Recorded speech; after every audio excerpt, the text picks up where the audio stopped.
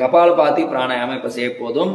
So இப்போ கபாலபாதி வந்து செய்யக்கூடிய பலன் பார்த்தீங்கன்னா, வயிறில் இருக்கிற எல்லா சிறு குடலும் சரி பெரு குடலும் சரி அங்க இருக்கிற பிரச்சனை எல்லாமே சீராகும். கபாலபாத்தி செய்யறதுனாலும் சரி, ஒட்டியான ஒரு பந்தனா இருக்கு அந்த பயிற்சி செய்யறதுனாலும் சரி, உங்க பித்த பையில கொலஸ்ட்ரால் கல்லு உங்களுக்கு ஃபார்ம் ஆகாது. ஸோ இதை ரெகுலரா பயிற்சி பண்ணிட்டே இருந்தீங்கன்னா, வயிறு சம்பந்தமான நோய் சரி, பித்தத்துல ஒரு கல் ஃபார்மேஷன் அது மாதிரி இருந்தாலும் சரி, எதுவும் எந்த பிரச்சனையும் வர இல்லாம நீங்க உடல் ஆரோக்கியத்தோட என்புற்று வாழலாம். இப்போ நம்ம கபாலபாதி பிராணாயாமம் செய்யலாம்.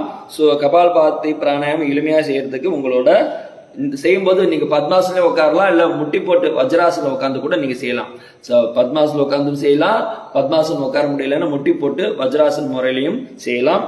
ஸோ கை இப்படி வச்சுக்கோங்க, மணிப்பூரகம் கீழே அது கிட்ட வச்சுட்டு இங்க ஒரு கை, சரியா? இந்த தொப்புள் கிட்ட கீழே வைக்கணும், தொப்புள் கீழே வச்சுக்கிட்டு நல்லா நீங்க மூக்கு வழியா காத்து வெளியே வரும். இங்க பிரஷர் கொடுக்கும்போது மூக்கு வழியா காத்து வெளியே வரும் பாருங்க.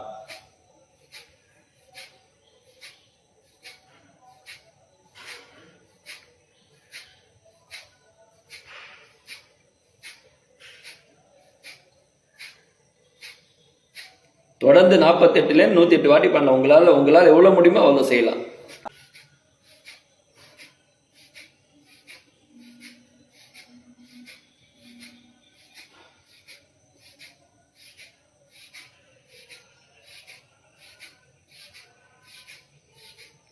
இந்த ஷோல்டர் ஷேக்லாம் ஆகக்கூடாது. நான் நிறைய பேர் தூக்கி வச்சு பண்ணுவேன், அது மாதிரி செய்யக்கூடாது.